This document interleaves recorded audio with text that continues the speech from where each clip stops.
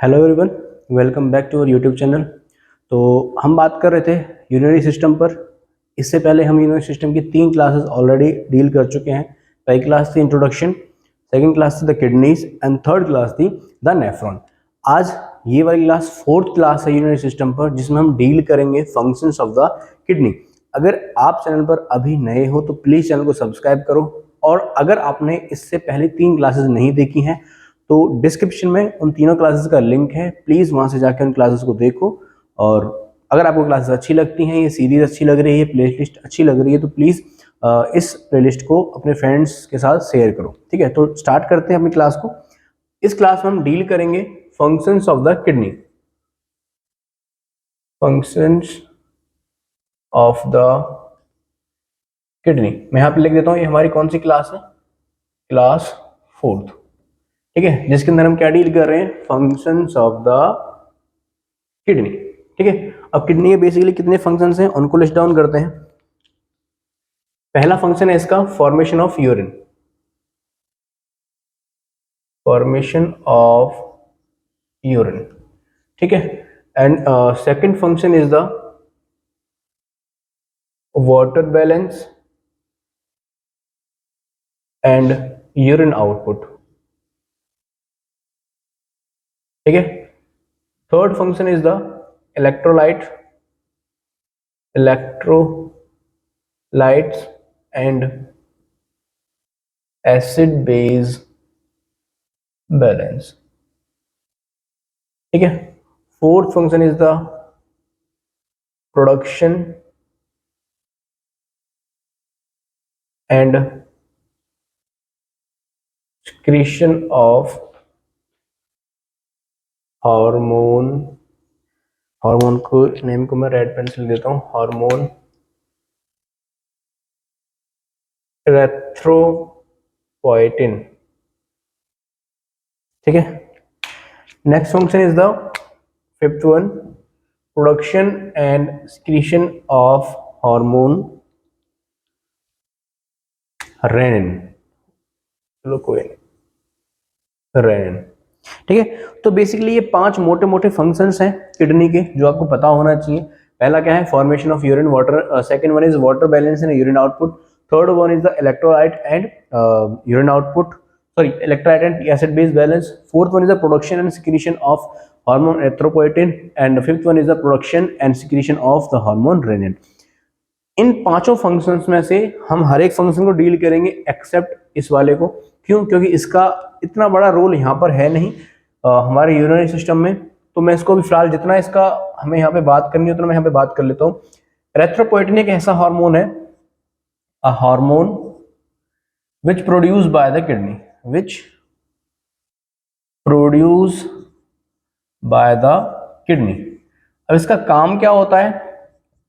It stimulate the formation of red blood cells। red blood cells कहाँ से? Bone marrow से, from bone marrow. ठीक है, तो एरिथ्रोपोएटिन क्या करता है? एक ऐसा हार्मोन है जो जिसको किडनी प्रोड्यूस करती है, और इसका काम क्या है? इसका काम है आरबीसीज का फॉर्मेशन करवाना, और कहाँ से करवाना? बोन मैरो से। तो अभी इस हार्मोन के रिगार्डिंग इतनी ही इंफॉर्मेशन रखो, आगे कभी इसका जिक्र आया तो इसको फर्दर डील करेंगे, फिलहाल इतना ही समझो। ठीक है, इसके बाद हम फॉर्मेशन ऑफ यूरिन को भी देखेंगे, वाटर बैलेंस को भी बात करेंगे, इलेक्ट्रोलाइट की बात करेंगे, और रेनिन पे बात करेंगे। रेनिन एक ऐसा हार्मोन है जो प्रोड्यूस होता है किडनी से, प्रोड्यूस बाय किडनीज। किडनी में भी कहां पर? नेफ्रॉन के अंदर। ठीक है, और ये रेगुलेट करता है, regulate blood pressure, regulate blood pressure. इस पे हम ज्यादा चर्चा करेंगे आगे नेक्स्ट क्लासेस में, जब हम इस वाले पोर्शन को डील करेंगे electrolyte and acid base balance को, तो वहां पे इसका जिक्र आएगा रेनिन का, तो हम इस पे ज्यादा आगे डीपली चर्चा करेंगे। तो फिलहाल के लिए इतना ही। This is all are the functions of the kidney, जिसमें से अब हम बारी बारी से एक एक फंक्शन को डील करते चलेंगे, देखेंगे वो क्या कहते हैं। ठीक है, वो पहली हेडिंग डालता हूँ। पहला फंक्शन है हम डील करते हैं, that is formation of urine. First function is the formation of urine कि यूरिन कैसे फॉर्म होता है।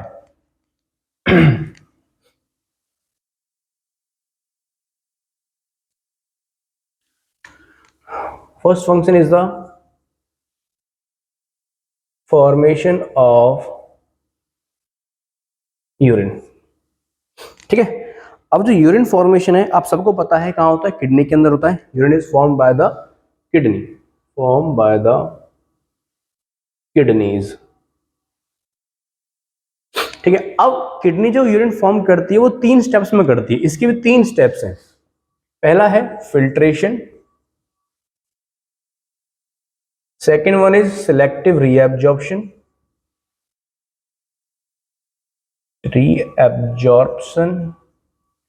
And third one is the secretion. ये 3 फंक्शंस हैं किसके, आपके फिल्ट्रेशन के, सॉरी फॉर्मेशन ऑफ यूरिन के। अब इन तीनों को बारी बारी से डिस्कस कर लेते हैं। पहले डिस्कस करते हैं फिल्ट्रेशन को। पहले बात करेंगे फिल्ट्रेशन पर। तो फिल्ट्रेशन क्या है, एक ऐसी प्रोसेस है, a process by which fluid या फिर electrolytes, fluid and electrolytes cross across the semi-permeable membrane from कहां से, higher concentration to lower concentration by the effect of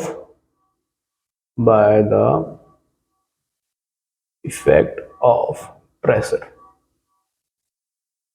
ठीक है, तो फिल्ट्रेशन के बारे में वो क्या कह रहा है कि एक ऐसी प्रोसेस जिसमें फ्लूइड या इलेक्ट्रोलाइट कहां पे हायर कंसंट्रेशन से लोअर कंसंट्रेशन की तरफ मूव कर जाते हैं, किसकी वजह से, प्रेशर की वजह से। ठीक है, तो इसको मैं यहाँ पे बना के दिखा देता हूँ। सपोज करो मेरे पास 2 कंपार्टमेंट्स हैं। ठीक है, this is one is the A and this is the B, और जो बीच में ये लेयर है, ये मेरी लेयर है सेमी परमिएबल, सेमी परमिएबल। यानी कि जो ये है जो ये वाली लेयर है क्या करती है, कुछ मॉलिक्यूल्स को अलाउ करती है अपने आप से होकर गुजर जाने के लिए, है ना। तो अब यहाँ पे कुछ मॉलिक्यूल्स हैं जैसे कि एक्स वाई जेड, और ये यहाँ पर एब्सेंट है।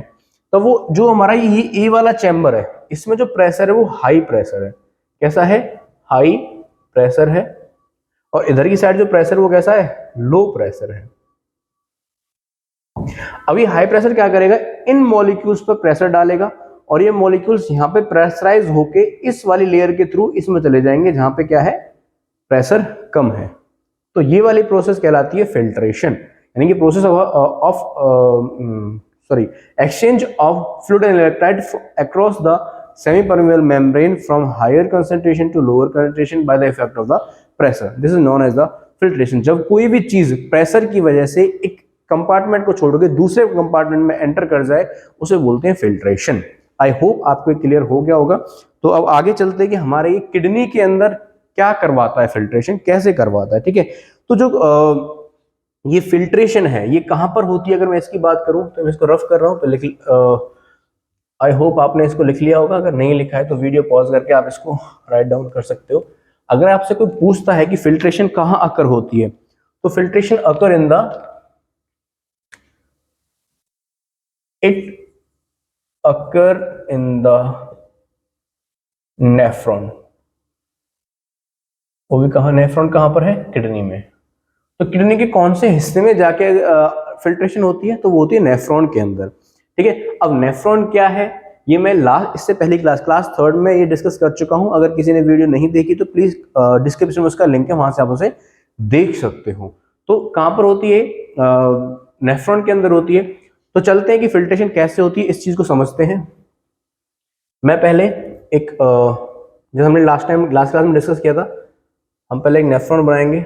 नेफ्रॉन बनाने के लिए मुझे एक चाहिए ग्लोमेरुलस कैप्सूल, ये मेरा हो गया ग्लोमेरुलस कैप्सूल, और इसके ऊपर मैं रखूंगा ग्लोमेरुलस को, जो कि एफरेंट आर्ट्रियोल से बन रहा है, जिसका डायमीटर बड़ा है, और इधर से निकल जा रही है मेरी इफरेंट आर्ट्रियोल, जिसका डायमीटर एफरेंट आर्ट्रियोल से छोटा है। और यहाँ पर मेरा टफ्ट ऑफ कैपिलरीज है, यानी कि बहुत सारी ब्रांचेस हैं इसकी कैपिलरीज की। ठीक है, तो ये जो वाला पोर्शन है ये, अब इसको चलो मैं लेवल कर देता हूं। This one is the glomerulus and this one is the glomerulus capsule. ठीक है, आई होप इतना आपको पता होगा।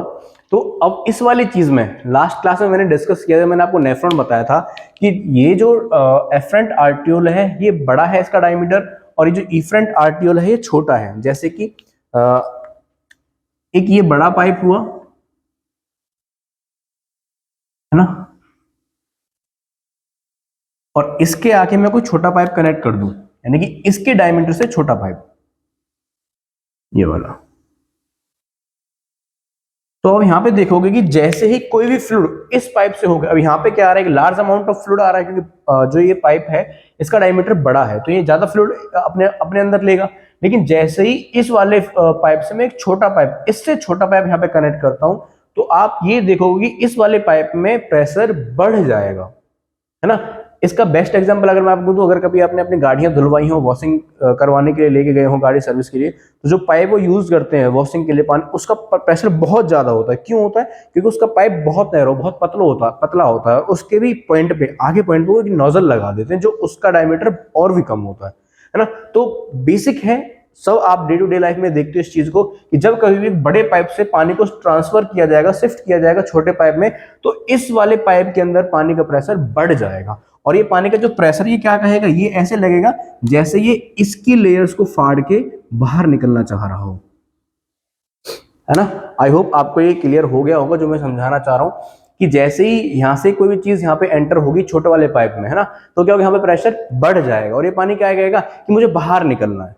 अगर ये प्रेशर ज्यादा छोटा हुआ, या फिर जो ये छोटा वाला पाइप है इसकी ड्यूरेबिलिटी कम हुई, या ये लोकल पाइप हुआ, तो क्या हो सकता है कि इस प्रेशर की वजह से पाइप फट भी सकता है। और क्यों फट सकता है? क्योंकि वो पानी क्या चाह रहा है, वो चाह रहा है कि मैं इस पाइप से बाहर निकल जाऊं।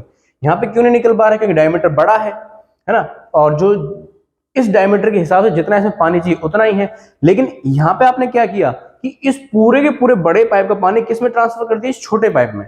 लेकिन इसकी तो कैपेबिलिटी नहीं है ना इतने पानी को लेने की, तो ये क्या करेगा, यहाँ पे प्रेशर जनरेट होगा, वो पानी प्रेशर जनरेट करेगा, और वो क्या करेगा, इसकी लेयर से बाहर निकलने की कोशिश करेगा। सेम प्रोसेस हमारे यहाँ पे हो रही है। ये जो बड़ा पाइप है ये है हमारी एफरेंट आर्ट्रियोल्स, जो ये छोटा पाइप है ये है हमारी इफरेंट आर्ट्रियोल्स, और इसके बीच में एक गुच्छा बना हुआ है, एक टफ्ट है कैपिलरीज का। अब वो कैसे है मैं उसको भी आपको ड्रॉ करके दिखा देता हूं। जैसे मैंने ये बनाई एक एफरेंट आर्ट्रियोल जिसका डायमीटर बड़ा था, और यहां पे मैंने बना दी एक इफरेंट आर्ट्रियोल जिसका डायमीटर छोटा है, और इसको मैंने कनेक्ट कर दिया ऐसे।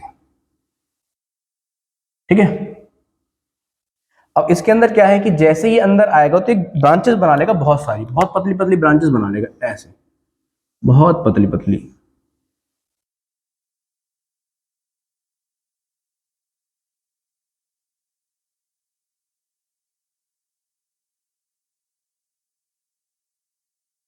है ना।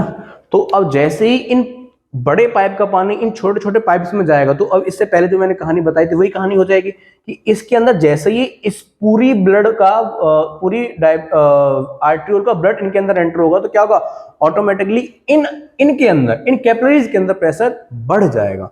और इस कैपिलरी एक को मैं यहाँ ड्रॉ करके बता रहा हूँ ताकि आपको अच्छे से समझा पाऊं कि प्रेशर कैसे और कैसे चीजें बाहर निकलेंगी, है ना। तो इसके नीचे ग्लोमेरुलर कैप्सूल आ जाएगा। यहाँ पे ग्लोमेरुलर कैप्सूल बना देता हूं पहले, यानी कि यहां से कोई भी चीज फिल्टर आउट होगी, ये ग्लोमेरुलस है, ये वाला रीजन मैंने यहाँ पे ड्रॉ किया है ना, ये वाला। इसको अगर मैं जूम करके देखूंगा तो अगर यहाँ से कोई भी चीज फिल्टर आउट होगी तो यहाँ आएगी इस कैप्सूल के अंदर, है ना। तो अब जो ये कैपिलरी है इसको मैं इधर ड्रॉ कर रहा हूं ताकि आपको आसानी से समझ में आ सके कि मैं आपको क्या समझाना चाह रहा हूं।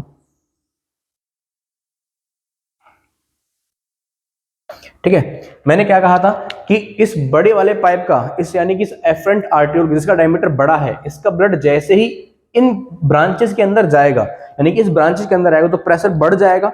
वो अगर इनकी ड्यूरेबिलिटी अच्छी नहीं है तो क्या होगा, एक पाइप रप्चर हो जाएंगे, यहाँ से पानी बाहर निकल जाएगा, फट जाएगा। ये बताया था थोड़ी देर पहले। तो अब जैसे ही ब्लड इसके अंदर आएगा तो ब्लड क्या कहेगा, वो कहेगा कि भाई मुझे बाहर निकलना है, क्योंकि प्रेशर ज्यादा हो गया। वो इसकी लेयर्स पर क्या लगाएगा, प्रेशर लगाएगा कि इसे बाहर जाना है। अब ये प्रेशर किसका है, वाटर का है, फ्लूइड का है, तो इसलिए मैं इसको बोलूंगा हाइड्रोस्टैटिक। ठीक है, और ये किसके अंदर है, ये कैपिलरीज के अंदर, इन कैपिलरीज के अंदर है ये प्रेशर। तो जो ये प्रेशर लग रहा है इसको मैं बोलता हूं कैपिलरी हाइड्रोस्टैटिक प्रेशर। ठीक है, जो कि लगभग होता है 7.3 किलो पास्कल का। ठीक है, अब ये पानी तो क्या कह रहा है कि मुझे बाहर निकलना है, इस कैपिलरी से मुझे बाहर निकलना है। लेकिन इस जो ये पानी है, ये अकेला पानी नहीं, ये ब्लड है। क्या है ये मेरे पास, ब्लड। और ब्लड के अंदर क्या क्या होता है, एक होता है सेलुलर कंटेंट, प्लस एक होता है प्लाज्मा कंटेंट, और इस प्लाज्मा में होता है fluids plus plasma proteins. Plasma proteins. अब जो ये प्लाज्मा प्रोटीन्स हैं, ये क्या कहेंगे, ये पानी को अपनी तरफ खींचेंगे। पानी क्या कह रहा है, क्या कह रहा है कि मैं बाहर जाना चाहता हूं, और कौन सा प्रेशर लगा रहा है, हाइड्रोस्टैटिक प्रेशर लगा रहा है। अब इसके अंदर प्रेजेंट आपके प्लाज्मा प्रोटीन्स, जैसे ये वाले प्लाज्मा प्रोटीन इसके अंदर प्रेजेंट है, तो ये प्लाज्मा प्रोटीन्स क्या कहेंगे कि भाई आप बाहर मत जाओ, मैं आपको बाहर नहीं जाने दूंगा। तो ये पानी को अंदर की तरफ खींचेंगे। पानी क्या कह रहा है, मुझे बाहर जाना है, लेकिन प्लाज्मा प्रोटीन्स क्या कह रहे हैं, मैं आपको बाहर नहीं जाने दूंगा, वो अपनी तरफ हमको खींचेगा। तो जो प्रेशर ये प्लाज्मा प्रोटीन्स लगाएंगे, ये जो प्रेशर लग रहा है, इसको हम बोलते हैं ऑस्मोटिक प्रेशर। कौन सा प्रेशर, ऑस्मोटिक प्रेशर, जो कि लगभग होता है 4 किलो पास्कल। एक मिनट, मैं इसको यहां ना करके ऊपर की तरफ ड्रॉ करता हूं ताकि आपको ये आगे मैं दूसरी चीज यहां पे लिख सकूं। तो जो ये प्रेशर लग रहा है, ये वाला प्रेशर होता है ऑस्मोटिक प्रेशर। ऑस्मोटिक प्रेशर जो कि लगभग होता है 4 किलो पास्कल के। ठीक है, तो इस वाले पोर्शन में हटा दे रहा हूं, ये आपको सिर्फ समझाने के लिए था, बताने के लिए था। ठीक है, अब आप ये देख रहे हो कि हाइड्रोस्टैटिक वाटर है, वो क्या कह रहा है कि मैं बाहर जाना चाह रहा हूं। कितने प्रेशर के साथ जा रहा है वो, 7.3 किलो पास्कल। लेकिन जो प्लाज्मा प्रोटीन्स हैं, जो उसके अंदर चीजें प्रेजेंट है, वो कहेंगे आप बाहर मत जाओ। क्यों ना जाओ, क्योंकि अगर वो बाहर चले गए तो यहाँ पे इस ब्लड के अंदर ये जो इलेक्ट्रोलाइट्स हैं, ये प्लाज्मा, इनकी मात्रा ज्यादा हो जाएगी और इस पानी की मात्रा कम हो जाएगी, जिसकी वजह से ब्लड प्रेशर डिक्रीज हो जाएगा। तो ये क्या करते हैं, ये इनको अपनी तरफ खींच के रखते हैं ताकि ब्लड प्रेशर मेंटेन रहे। तो इस प्रेशर में ये प्रेशर कितना लग रहा है, 4 किलो पास्कल का। ये कितना लग रहा है, 7.3 किलो पास्कल का। यानी कि बाहर निकलने का प्रेशर ज्यादा है और उसको रोक के रखने का प्रेशर कम है। तो यहां से इससे क्या होगा कि कुछ अमाउंट ऑफ फ्लूइड यहां से इन कैपिलरी से निकल जाएगा, यानी कि इनसे बाहर एग्जिट हो जाएगा। क्यों, क्योंकि बाहर निकलने का प्रेशर कितना है, 7.3 किलो पास्कल, और इसको रोकने का, जो इसको अपोज कर रहा है, वो कितना है, 4 किलो पास्कल। तो क्या होगा, यहां से कुछ चीज बाहर फिल्टर होके बाहर आ जाएगी, यानी कि यहां पे कोई चीजें फिल्टर होके ये चीजें बाहर आ गई। और जो ये फिल्टर होके चीजें बाहर आई हैं, इनको हम बोलते हैं फिल्ट्रेट। क्या बोलते हैं इनको, फिल्ट्रेट। फिल्ट्रेट क्यों बोल रहा हूं, क्योंकि ये इस पूरी प्रोसेस में से फिल्टर होके बाहर आई हैं। अगर आपने फिल्ट्रेशन की वो लिखी हो डेफिनेशन, तो मैंने उसमें बताया था कि उसमें क्या होता है, ये प्रेशर की वजह से इस सेमी परमेबल, जो इसकी वॉल्स हैं, ये क्या है, सेमी परमेबल है, इनके थ्रू फ्लूइड और इलेक्ट्रोलाइट क्रॉस आउट हो जाएंगे। क्यों हो जाएंगे, क्योंकि उनके अंदर प्रेशर ज्यादा है और वो उसको बाहर की तरफ धकेल देगा। तो यहाँ पे क्या था, हाइड्रोस्टैटिक प्रेशर ज्यादा था, इसको रोकने वाला कौन था, आपका ऑस्मोटिक प्रेशर, तो जो कितना था, 4 किलो पास्कल था। अब उसकी वजह से इसके प्रेशर ज्यादा होने की वजह से चीजें यहाँ से फिल्टर आउट होंगी, इन लेयर्स के थ्रू बाहर निकल जाएंगी, और जो फिल्टर होके आई हैं, इनको हम बोलते हैं फिल्ट्रेट। अब ये फिल्ट्रेट जो है, ये क्या है, ये भी कोई फ्लूइड है। ये फिल्ट्रेट भी तो एक तरह का फ्लूइड है ना, जो यहां से फिल्टर होके बाहर आया है। तो ये भी क्या लगाएगा, एक प्रेशर लगाएगा जिसका नाम है फिल्ट्रेट हाइड्रोस्टैटिक प्रेशर, है ना। और ये कितना होता है, ये होता है आपका 2 किलो पास्कल। कितना होता है, 2 किलो पास्कल। अब आप ये देख रहे हो, अब जो ये प्रेशर है ना, ये जो बाहर है, ये क्यों लगा रहा है ये प्रेशर? ये प्रेशर इसलिए लगा रहा है ताकि इसके अंदर एंटर हो सके। इसको भी तो इसके वापस जाना है क्योंकि बाहर इसकी मात्रा कम हो जाएगी। यहाँ के जब ये यहाँ पे था, ये फिल्ट्रेट जब फ्लूइड यहाँ पे था तो क्या था, फ्लूइड वॉल्यूम बहुत ज्यादा था।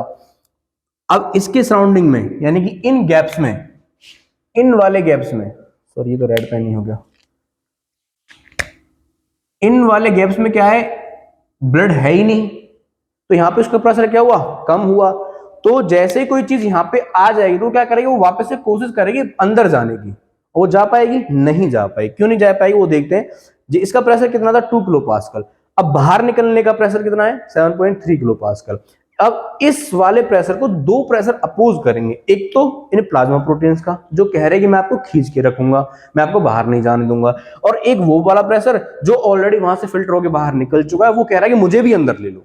तो वो अंदर आने के लिए क्या कह रहा है, प्रेशर द्वारा से लगाएगा। तो वो प्रेशर लगा रहा है 2 किलो पास्कल का। तो अब आप यहाँ पे एक चीज देखो कि जो बाहर निकलने वाला था यानी कि जो हाइड्रोस्टैटिक प्रेशर था वो कितना था, 7.3। अब जो इसको रोकेगा यानी कि जो ऑस्मोटिक प्रेशर है वो कितना है, 4 किलो पास्कल। अब जो निकल चुका है, जो बाहर निकल चुका है, दैट इज फिल्ट्रेट, उसका प्रेशर कितना है, फिल्ट्रेट का प्रेशर 2 किलो पास्कल, यानी कि ये कितने हो गए, 6। और मेरा बाहर निकलने के लिए कितना कह रहा है वो, 3 किलो 7.3 किलो पास्कल। इसको रोकने के लिए कितना प्रेशर लगा रहा है, 6 किलो पास्कल। तो अभी भी मेरा इन दो प्रेशर्स को लगने के बावजूद भी मेरा बाहर निकलने यानी कि मेरा हाइड्रोस्टैटिक प्रेशर ज्यादा है, और वो अगर मैं इनमें से माइनस करूं तो 1.3 किलो पास्कल मेरे पास आएगा। कि इस रेट से, इतने प्रेशर के साथ इस वाले ग्लोमेरुलर में से चीजें फिल्टर होकर कहां जाएंगी, ग्लोमेरुलस कैप्सूल के अंदर आ जाएंगी। आई होप आपको ये समझ में आ गया होगा। अगर आपको ये समझ में नहीं आया है तो प्लीज वीडियो को पॉज करो और इसको इस वाले को दोबारा से पढ़ने की कोशिश करो, ठीक है। तो मेरे पास अब जो ये 1.3 किलो पास्कल आया, ये क्या है, ये मेरा है नेट फिल्ट्रेशन रेट।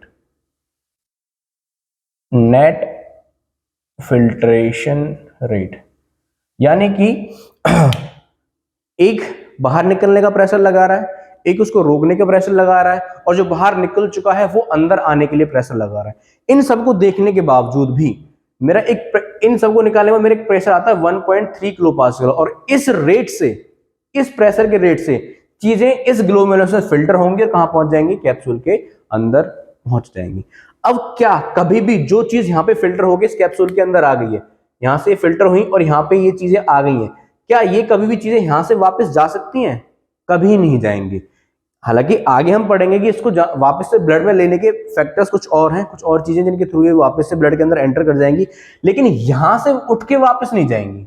क्यों नहीं जाएंगी, क्योंकि यहाँ पर प्रेशर बहुत ज्यादा है और यहाँ पे फिल्ट्रेट जो हुआ है उसका प्रेशर कितना है, 2 किलो पास्कल, है ना। अभी हमने देखा तो यहां से कभी भी चीजें वापस से अगर मैं बोलूं कि जो चीज ग्लोमेरुलस कैप्सूल के अंदर आ गई फिल्टर होके, वो कभी भी ग्लोमेरुलस के अंदर वापस नहीं जा सकती। क्यों, क्योंकि ग्लोमेरुलस के अंदर हाई प्रेशर है, ठीक है भाई। तो आई होप इसको समझ में आ गया होगा। तो मेरा जो नेट फिल्ट्रेशन रेट था वो कितना था, 1.3 किलो पास्कल, ठीक है। तो अब मैं इसको यहां से रफ कर रहा हूं।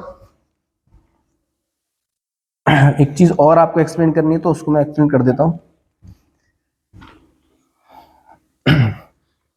ठीक है। तो मेरा नेट फिल्ट्रेशन रेट कितना है, 1.3 किलो पास्कल। तो अगर मैं आपसे पूछूं या आपसे कोई भी पूछे कि 1 मिनट के अंदर मेरी किडनी कितना फिल्ट्रेट प्रोड्यूस करती है, अगर आपसे कोई पूछे कि इस रेट के हिसाब से इस ग्लोमेरुलस में से कितना फिल्ट्रेट ग्लोमेरुलस कैप्सूल के अंदर आ रहा है, तो 1 मिनट के अंदर आता है 125 ml।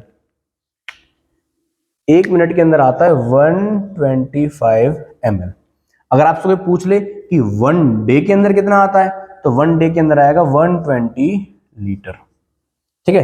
तो यानी कि एक दिन के अंदर इस ग्लोमेरुलस में से, इस वाले ग्लोमेरुलस में से चीजें फिल्टर होकर कहां पहुंच जाती हैं, इस कैप्सूल के अंदर पहुंच जाती हैं। और जो 180 लीटर यहां पे आया है, ये मेरा क्या है, फिल्ट्रेट है। क्या है ये, फिल्ट्रेट। अब ये फिल्ट्रेट यहां पे आ गया, अब ये यहां से जाएगा पीसीटी में, पीसीटी से जाएगा लूप ऑफ हेनले में, लूप ऑफ हेनले से जाएगा डीसीटी, और डीसीटी से जाएगा कलेक्टिंग डक्ट, और कलेक्टिंग डक्ट में ये यूरिन के रूप में बॉडी से किडनी से बाहर निकलना शुरू हो जाएगा। तो जैसे जैसे 180 लीटर इनके थ्रू जाएगा तो यहाँ पे इसकी रीएब्जॉर्प्शन होनी शुरू हो जाएगी, यानी कि बॉडी, अब इस 180 लीटर में बहुत सारी चीजें हैं, ग्लूकोज है, वाटर्स है, सोडियम है, पोटाशियम है, कैल्शियम है, फॉस्फेट है, बहुत सारी चीजें हैं जो इस 180 लीटर में थे। मैं अभी इनमें से पूरा का पूरा 180 लीटर वेस्ट नहीं है, कुछ ऐसी चीजें थी जो प्रेशर की वजह से यहाँ पे आ तो गई है, लेकिन वो वेस्ट नहीं है, वो बॉडी को वापस चाहिए। तो बॉडी क्या करेगी, इसके नेक्स्ट स्टेप में सिलेक्टिव रीएब्जॉर्प्शन, वो क्या करेगी, उन चीजों को उठाना शुरू करेगी। तो जैसे जैसे आपका ये फिल्ट्रेट नेफ्रॉन के अक्रॉस गुजरता चलेगा, जैसे पीसीटी में जाएगा तो वहां से किसी चीज की एब्जॉर्प्शन हो जाएगी, लूप ऑफ हेलो में जाएगा तो वहां से किसी और चीज की एब्जॉर्ब हो जाएगी, तो इसका ऐसे रीएब्जॉर्प्शन होता हुआ चलता जाएगा। और ऐसे रीएब्जॉर्प्शन होते होते होते जब ये कलेक्टिंग डक्ट में पहुंचेगा तो इस फिल्ट्रेट की, जो कि 180 लीटर था, वो लगभग 1 से 1.5 लीटर तक ही बच पाएगा, और यही मेरा कहलाता है यूरिन। अगर आपसे कोई बोले कि एक दिन के अंदर बॉडी कितना यूरिन प्रोड्यूस करती है, तो वो कितना होता है, 1 to 1.5 लीटर। अगर आपसे कोई पूछ ले कि एक दिन के अंदर बॉडी कितना फिल्ट्रेट प्रोड्यूस करती है, तो वो होता है 180 लीटर। समझ में आया? अब यही फिल्ट्रेट आगे जाएगा कैप्सूल में, कैप्सूल से पीसीटी, पीसीटी से loop of Henle, loop of Henle से DCT, and then the collecting duct, और कलेक्टिंग डक्ट तक पहुंचते पहुंचते पूरा 180 लीटर रीएब्सॉर्ब हो जाता है, और कितना बचता है, 1 से 1.5 लीटर बचता है, जो कि यूरिन होता है एक दिन का। आई होप ये आपको पूरा क्लियर हो गया होगा। That is the first step, filtration. Filter हो गया। अब मैं फिल्ट्रेशन अगर एक छोटे से शब्द समझाना चाहूं तो फिल्ट्रेशन का मतलब क्या है? फिल्ट्रेशन का मतलब है कि ब्लड से, इस ग्लोमेरुलस में क्या है, मेरा ब्लड ही तो है, ब्लड से कोई भी चीज क्रॉस आउट हुई, बाहर निकली, और वो कहां पहुंच गई, नेफ्रॉन में पहुंच गई। कहां पहुंच गई, नेफ्रॉन में। तो आप कभी अगर आपसे कोई बोले कि फिल्ट्रेशन को एक्सप्लेन करो, इससे आप क्या समझते हो, तो आप बता सकते हो कि किडनी के अंदर, नेफ्रॉन के अंदर क्या होता है कि ब्लड में से कुछ चीजें प्रेशर की वजह से फिल्टर आउट हो गए, कहां पहुंच जाती है, नेफ्रॉन के अंदर पहुंच जाती है। आई होप ये आपको क्लियर हो गया होगा। ठीक है, तो अब इसके बाद जो सेकंड स्टेप है उसको डिस्कस करते हैं, दैट इज सिलेक्टिव रीएब्जॉर्प्शन। ठीक है, जो हम डिस्कस करेंगे नेक्स्ट क्लास में। ठीक है, थैंक यू।